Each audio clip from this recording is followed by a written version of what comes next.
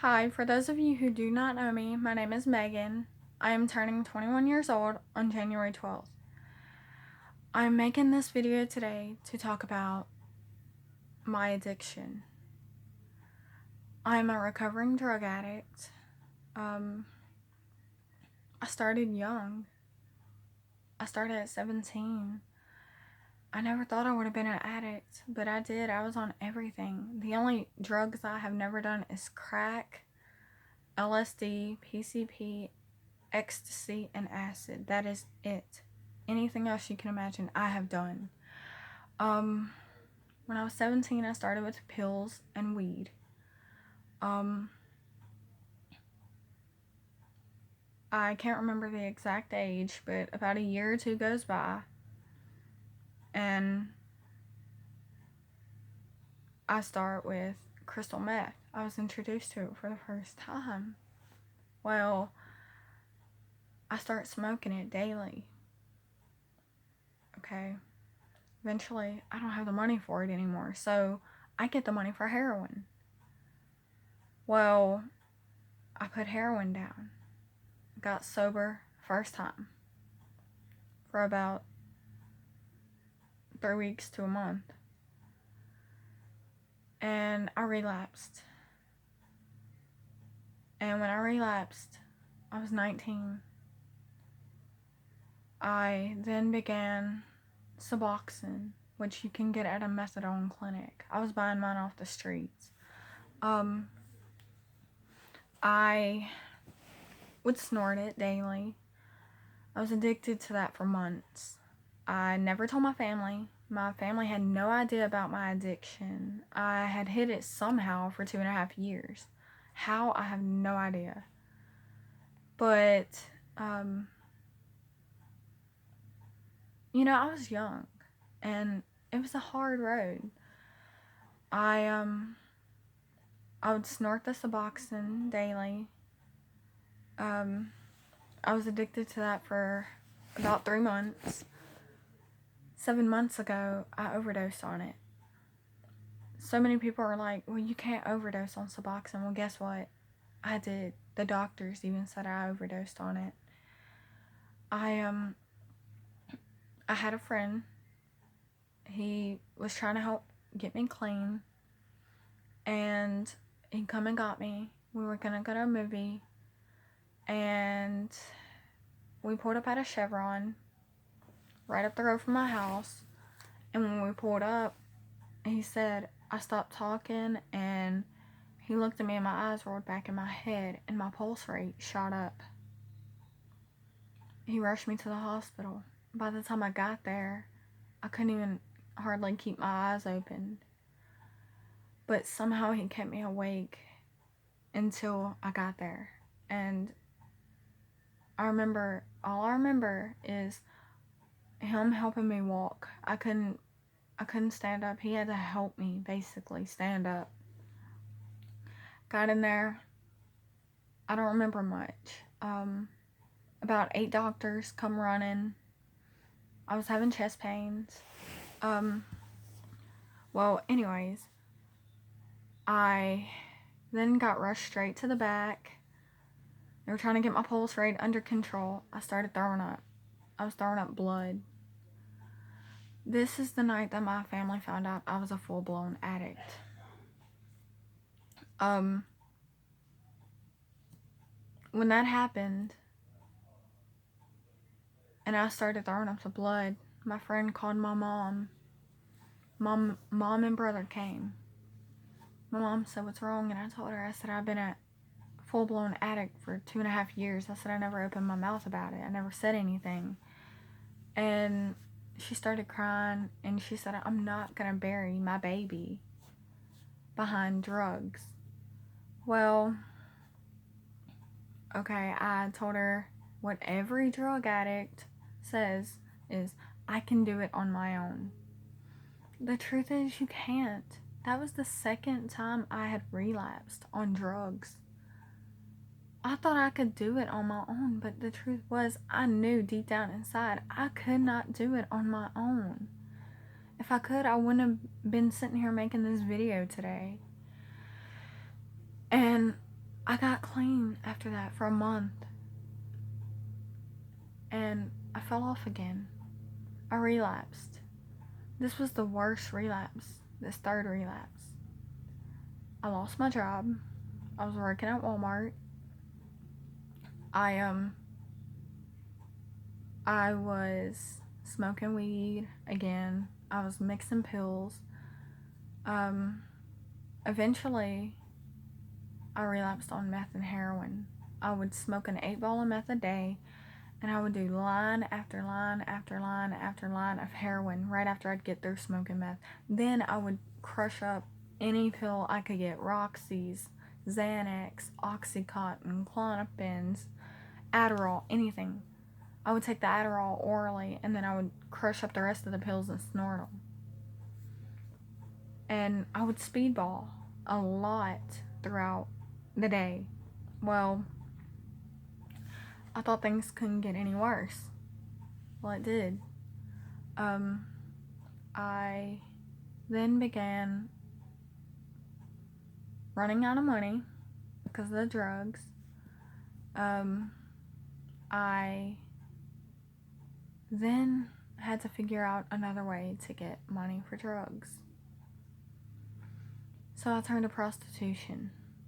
I would prostitute daily, all day, every day. I would get several $100s, turn around, buy dope, go back out, prostitute, get more dope. Well, it was like a revolving door, never ended, kept going, kept going. Well, a few months go by. I thought I was going to be able to stop on my own, but I never did. And the drugs just got worse, you know. I'm trying to think. I was stealing from my family. I was stealing stuff from my brother, my mom, my dad, selling it off, trading it for dope. I continued to prostitute throughout this time to support my addiction. What else? Sorry, I'm trying to think about everything. I want to put everything out there to help others. I then began lying to my family. Like, they'd be like, "Where's this?" And I'm like, "I don't know. You know, I don't know." I started stealing my mom's pills. I would turn around and sell them, or I would crush them up and snort them, which was like 10 a day of those Klonopins. I would flash out on my family. Like, I don't remember anything. There are weeks that I don't remember in my life. I began spiraling out of control. I would shut everyone out, stay in my room for days, not eat, not sleep. Just text my dealers all day, "Hey, I want some dope. Hey, I need this, I need that." And I would stay high. Well, I was engaged and stuff like that. This is before the third relapse. This is before all the prostitution and everything else came in. And I also, I ended up basically, manipulation. Like, I would tell people, "I need money for food or my medicine. I've got a very serious medical condition with my head that can cause seizures." Did I care? No. I was more worried about the dope and the money. I was more worried about getting dope. I went months without taking my medicine like I was supposed to. I could have died, and I almost did. So I lost my fiance because I was trying to get clean and he was an alcoholic. I didn't get clean, needless to say. That's why I'm making this video also. So I ended up losing my fiance. When I was with him, he knew I was using. I would not come home till about 3 or 4 o'clock some mornings. Sometimes I wouldn't even come home at all. I would stay in motels. I would go to trap houses. Basically motels and trap houses was where I lived at for a while. I didn't want to come home. I didn't want to put my family through that. I did not want my family to see what I was doing and see the drugs, like what it was doing to me. And from that point, things got worse. I thought they were going to get better, but they got worse. And so I ended up going back to the streets. Of course, I was already on them, so I couldn't go back to some I was already on. But things got a lot worse. I was riding around in a car in the middle of the night at like 3 o'clock in the morning with 3 different guys I had never hardly met or even knew, much less. Well, I might have known like one of them, but I didn't even really know him. And we were going to get heroin. And I don't remember anything. All I know is I woke up and I was passed out on some guy's lap in the car. And some other guy was driving and the other guy was smoking heroin. That's all I remember. I had a street name. It was not Megan, it was Caitlin. But of course, a lot of people knew my real name from when I went to school and church and stuff, and around town. I went on church grounds to actually buy dope, and I did dope on church grounds. I prostituted in several different parking lots, motels, trap houses, you name it. I've been there, and I've gotten high with, gosh, I don't even know how many guys. I would have sex with them just to get money for drugs, or just to do the drugs with them. I have lost so many friends behind drugs, and I was lucky. Needless to say, I was lucky. I turned it all around. I'm 58 days sober today. I had a friend, or a so-called friend. She wasn't really my friend. She was an addict. But she was staying at my house for a few weeks. I knew she was an addict. I had stolen some more pills from my family. I had stolen some more stuff. Me and her snuck out several nights, and we went and got loaded. I got her into prostitution with me. She was 3 months pregnant. She didn't care. She lost her baby. I ended up, me and her prostituting, daily, nightly, sneaking out, going to get meth, heroin, whatever. I remember me and her, we were running around in a stolen car, her and some other guy. I was passed out in the back seat. There was several purses that were stolen. The guy had stolen God knows how many credit cards from different people. He had all their IDs with him. We were so high that we had actually went to someone else's meth lab. Walked in, the person wasn't there, we got high, we left. After about 4 hours of staying there, we left.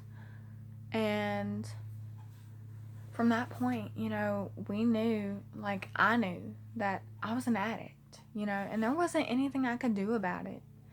I just wanted the drugs. That's all I wanted. Well, I was getting high some more. I found myself at some random guy's house I never met a day in my life, 3 streets down from where I live. And we were getting high. And he was like, "What do you do for a living?" And the girls said, "We're both prostitutes." Okay, yeah. I mean, that was what I did for a living. But I'm making this video to show people that addiction can happen to you. Doesn't matter whether or not you're black, white, rich, poor, whatever. It happens to all walks of life. I know because it happened to me, and addiction is nothing to play with. It's a disease, and I'm sitting here and I had the whole world in my hands. I graduated from high school. Yes, I did drugs in high school. Like I said, I was 17. I was high on my graduation day. No one knew it. I don't see how, but I hid it. I basically shut everyone out, my whole family. My mom still sleeps on the couch because she's scared that I'm gonna leave in the middle of the night to go get high. I flashed out on my family so much. I know this was God, but the day before I got clean, I wanted dope, and I couldn't get a hold of my heroin dealer. I couldn't get a hold of my meth dealer. And I said, well, I'm gonna go get some Suboxone. Of course, my stupid butt already OD'd on it once. But my brother was waiting down there, and he told me, you're not gonna get dope. He said, you're gonna get straight. And I said, no, I'm not. I don't want the help. Okay.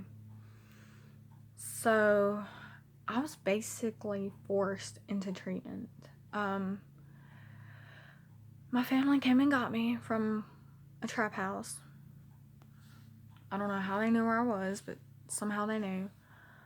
They come and got me from a trap house.